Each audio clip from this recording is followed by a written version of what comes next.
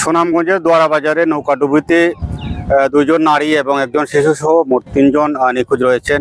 ঘটনাটি আজ উপজেলার আজমপুর খেয়াঘাট এলাকায় সকাল 10টার সময় ঘটেছে।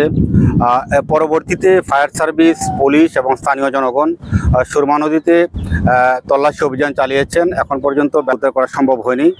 তো আপনাদেরকে জানিয়ে রাখি যে সুনামগঞ্জে যে 2 দফা যে বন্যা যেটা চলমান, এই বন্যায় ইতিপূর্বে এর আগে কোনো নিখোঁজ নৌকাডুবির ঘটনা ঘটেনি।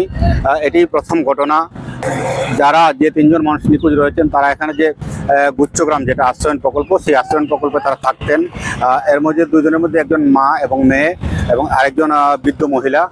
তো তাদের স্বজনরা, আমরা দেখেছি যে তাদের স্বজনরা এই নদী পাড়ে এখনও স্বজনের জন্য আহাজারি করছেন এবং অপেক্ষা করছেন। আমি যদি সুনামগঞ্জের বন্যা পরিস্থিতির কথা জানাই, তাহলে সুনামগঞ্জের যে 2য় দফা যে বন্যা যেটা চলমান, সেখানে আজকে সুনামগঞ্জের সুরমা নদীর পানি বিপদসীমার এই মুহূর্তে 24 সেন্টিমিটার উপর দিয়ে প্রবাহিত হচ্ছে।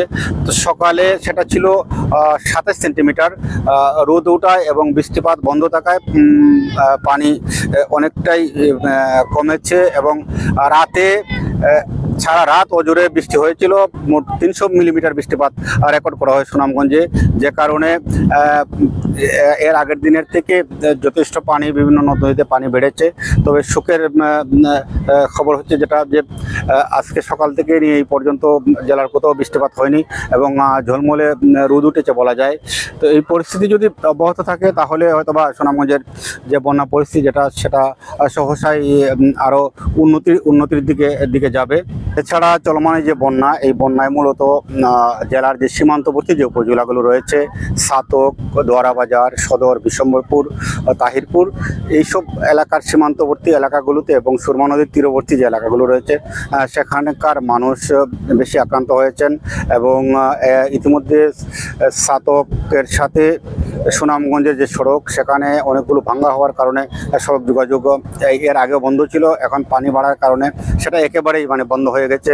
পাশাপাশি তাহিরপুর সুনামগঞ্জ সড়কের যে 3টি অংশ, যেটি সাবমার্জিবল, সেই 3টি অংশের পানিতে নিমজ্জিত থাকায় তাহিরপুরের সাথে সুনামগঞ্জের সড়ক যোগাযোগ ইতিমধ্যে বন্ধ রয়েছে। এবং এই যে 2য় দফা বন্যায় আবারও নতুন করে আমরা যেটা জানতে পেরেছি যে বিভিন্ন এলাকায় যারা বন্যা দুর্গত তারা আশ্রয় কেন্দ্রে তারা আশ্রয় নিয়েছেন এবং তাদেরকে সরকারি এবং বেসরকারিভাবে ত্রাণ বিতরণ করা হচ্ছে। পাশাপাশি এই বন্যায় জেলায় প্রায় কয়েক লক্ষ মানুষ পানিবন্দী রয়েছেন।